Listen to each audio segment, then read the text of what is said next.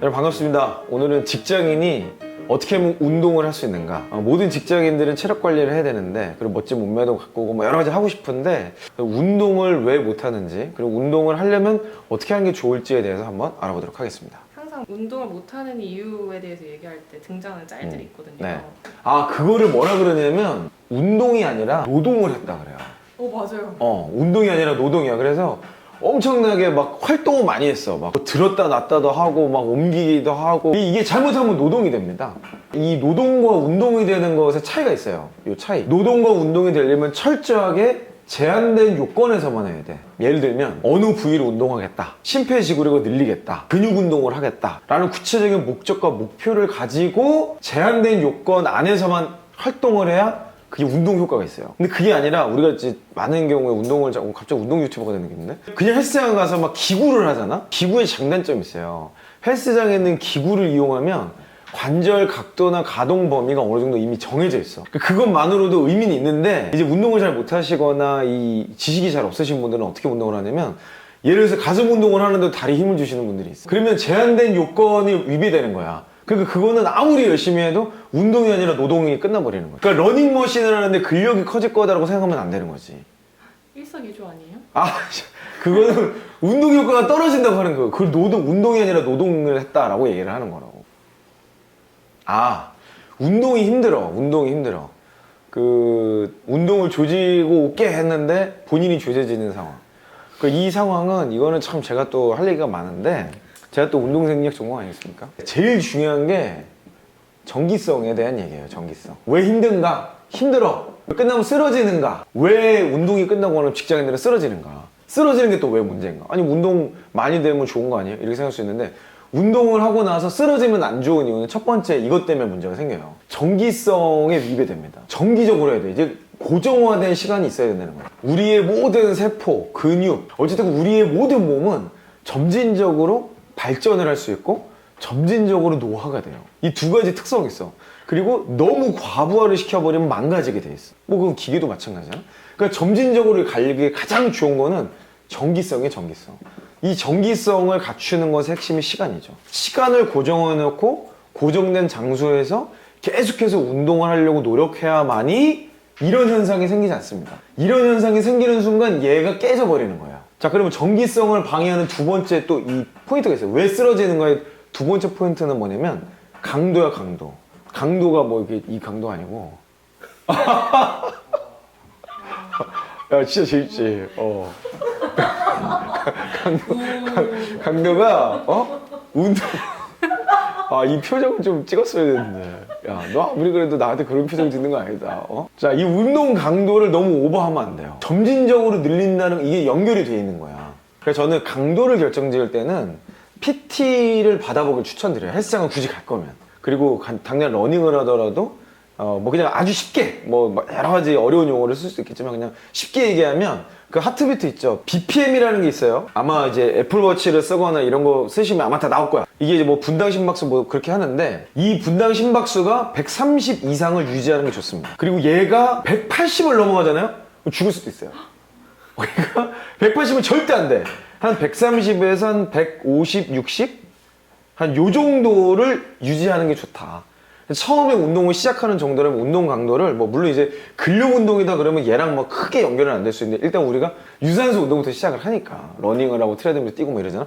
그러니까 어찌됐건 얘가 한 130, 150 정도를 꾸준히 유지하는 운동 정도를 일단 시작을 해라. 그러면 쓰러지진 않아요. 이 정도를 가지고 고정화된 시간을 최소한 한 2주 정도? 2주 정도를 잘 유지를 하면 그 뒤부터는 이 현상은 사라져. 일단 고정화된 시간에 적당한 강도를, 나에게 맞는 강도. 이게 뭐 운동 많이 하거나 또 선체적으로 이게 강한 사람들이 있어요. 그래서 이게 또 높을 수도 있겠지. 근데 어찌됐건 요 정도 되면은, 요 130, 150 사이 정도가 유지가 되면은 운동 효과도 굉장히 괜찮고, 또 이 고정화된 시간을 그러니까 쓰러지지 않기 위한 적정한 강도로서 유지하는데, 나의 루틴을 만드는데 그렇게 무리가 되지 않는 수준일 것이다. 그 정도를 일단 한번 시도해 보시면 좋겠다는 생각이 드네요. 진짜 직장인 61%가 헬스 요가 등록 후에 이용을 안 하는데요. 직장인의 61%가 헬스, 요가, 뭐 필라테스 뭐 이런 것도 있죠. 등록 후에 이용 안 한다. 이제 이게 이슈인데, 이게 뭐 직장인만 그럴까요? 제가 보기에는 뭐 학생들도 그럴 것 같은데. 그러니까 많은 사람들이 등록하고 안 가죠. 근데 이유가 없는 게 아니에요. 이유가 뭡니까? 다 이유가 있어요.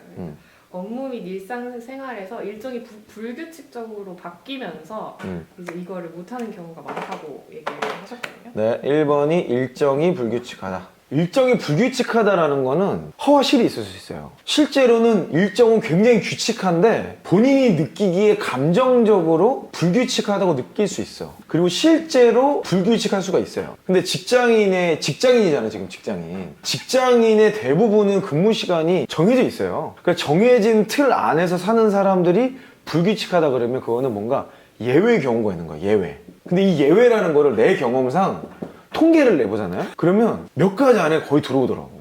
나도 내 삶이 되게 불규칙한 줄 알았어. 근데 내가 날마다 왜 오늘 나는 이렇게 불규칙했는가? 라는 거를 적어봤어. 적어서 날마다 나를 불규칙하게 만드는 이 띠빠빠들을 통계를 내보니까 이 띠빠빠가 몇 명 안 되더라는 거야. 그리고 걔네가 거의 반복되는 몇 개의 시츄에이션으로 나를 괴롭히고 있더라. 그러니까 결국 이거는 자기 관리의 부족이다. 그리고 또 어떤 사람은 막 아니다 무조건 우리 상사가 진짜 나쁜 사람이고 뭐 회사가 진짜 개떡같고 뭐 이런 얘기 하는데 그럼 회사를 옮겨야지. 이직을 안 하고 좀 불규칙하니까 나는 운동 못하는데 이건 내 운동은 내 인생이고 이거는 지금 회사 생활인데 그거 구분 못하면 어떡해. 일정이 불규칙한 게 아닐 수도 있다. 물론 불규칙할 수도 있지만 불규칙한 거를 규칙적으로 잡아나가는 게 시간 관리의 기술이다. 이렇게 좀 말씀을 드리고 싶네요. 진짜 실제로 그런 건지 아니면 감정적으로만 느끼는 건지를 알려면 기록을 해봐야 된다는 거야, 이거는. 진짜로 불규칙한 건지. 시간을 24시간을 기록을 해봐. 일단 이걸 해보면 그냥 답 나와. 그리고 통계를 분석을 좀 해봐. 엑셀에 넣어가지고 실제로 불규칙한 날수가 1년 365일이 며칠이나 있었는지. 이렇게 안 많다니까? 30% 잘 안 넘어. 진짜야. 잘 안 넘어. 거의 대부분 이 안에 있어요. 만약에 30%의 예외다. 이런 게 있다. 그러면 사실 70%는 규칙적인 거잖아. 헬스장 등록해서 70%만 다녀도 뽕 뽑는 거거든? 이걸 너무 당연한 얘기야. 근데 만약에 이 불규칙한 거의 비율이 막 60% 이상이 되고 있어, 지금. 내 삶은 진짜 아무리 계산을 때려봐도 예측 불가.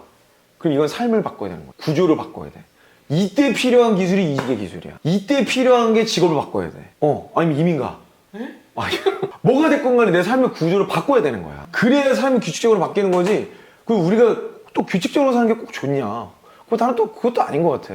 사람이 좀 사람이잖아. 우리는 생물이잖아. 그러니까 좀 불규칙한 것도 거기 안에 즐거움도 느끼고, 그러니까 불규칙한 것이 내 삶에 스트레스로 다가오고 운동도 못하고 건강까지 망가지고 있다면 이거 빨리 바꿔야죠. 거기에 에너지 쓰는 게 굉장히 중요한 요소다.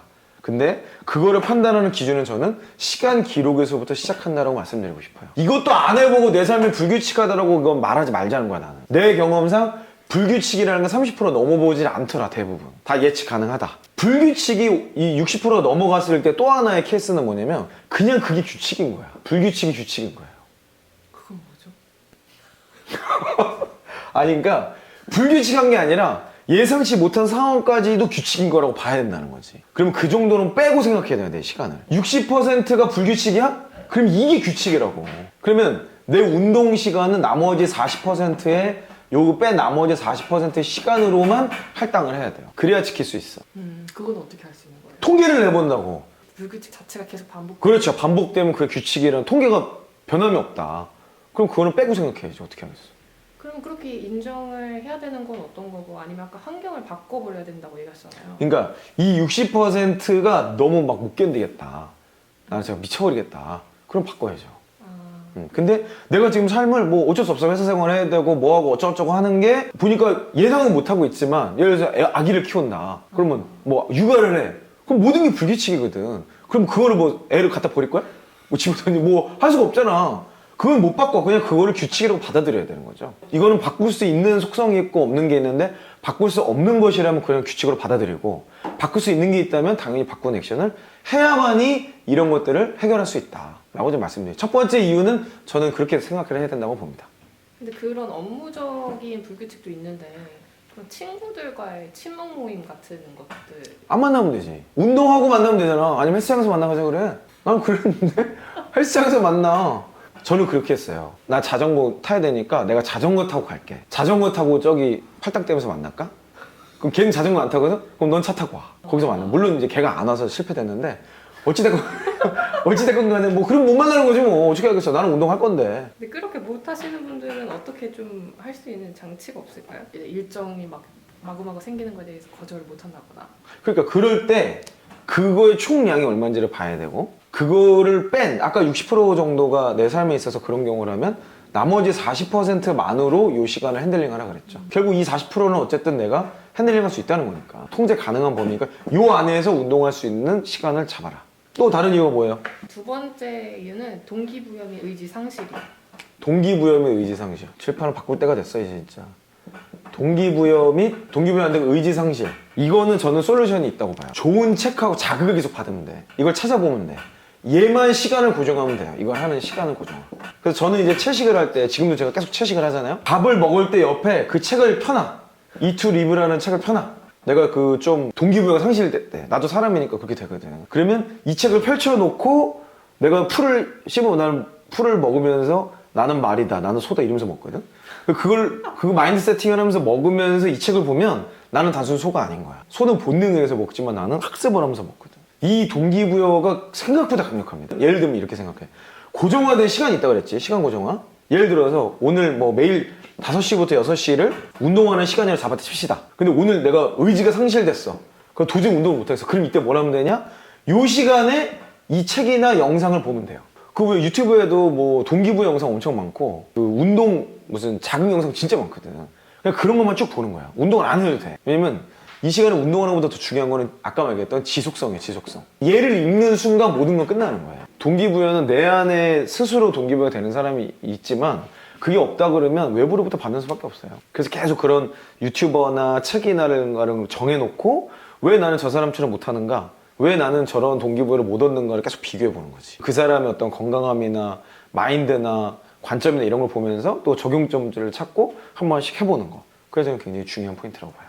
근데 또 제 주변에서는 네. 그 퇴근을 하면은 모든 체력이 녹아내리면서 운동을 할 의지가 없어진다. 그렇지. 그런 사람도 많고. 그렇지. 그러니까 이게 운동이 힘든 게 또 뭐가 연결이 돼 있냐면 3번이 체력하고 연결이 돼 있어요. 근데 우리 대부분의 직장인들, 여기 지금 직장인이잖아요, 직장인. 직장인은 퇴근하고 나면 지치는 게 너무 당연한 거예요. 근데 뭐 그런 분들이 있어. 퇴근할 때부터 막 힘이 막 살아나는 분들이 있어. 이분들은 뭐 좀비 직장인이니까 내가 뭐 할 말이 없고. 대부분의 일반적인 정상적인 직장인이라면 직장에서 엄청난 스트러글도 하고 막 열심히 일도 하고 고민도 하고 막 최선을 다하고 스트레스도 받고 이렇기 때문에 끝나고 시달리고 났기 때문에 끝나고 나면 피곤한 게 너무 정상이야. 가서 쉬어야 돼 그냥. 쉬거나 뭐 좀 이렇게 좀 회복할 수 있는 활동을 하는 게 좋거든. 근데 어떤 사람은 운동하면서 회복되는 경우가 있어요. 저처럼. 어쨌든 그런 저같이 이상한 사람들 있잖아요. 시베리안 허스키 기질이 있는 그런 사람들 말고는 저는 이 체력 문제 때문에 하루의 시작을 운동으로 해라고 말씀드리고 싶어요. 그래서 시간 고정화가 제일 중요하다고 그랬잖아요. 시간 고정화로 모든 걸 해결할 수 있어. 이 시간 고정화를 하루 시작으로 조금만 일찍 일어나라는 거지. 아니면 출근길을 걸어간다든지. 그래서 저는 자전거 출퇴근을 많이 했었어요. 자전거 출퇴근 진짜 좋습니다. 중간에 타이어가 퍼져도 회사까지 가야 되고 걸어가야 되거든. 멈출 수가 없어 중간에. 그러니까 타고 나오는 순간 끝까지 가야 돼. 그리고 강제로 집에 올 때까지 운동이 돼버려요. 그런 식으로 시스템과 체계로 걸어버리는 게 가장 좋다. 그래서 저는 시작을 운동으로 시작하라고 몸을 좀 깨우고 하루를 시작해야 하는 것이 제가 지금까지 해본 방법 중에 가장 좋은 것 같아요. 근데 이때의 주의점은 너무 고강도로 하면 안 돼. 그럼 회사 가서 퍼져요. 출근해서 이러고서 아무것도 못해. 좀비 직장인이 될 수밖에 없어.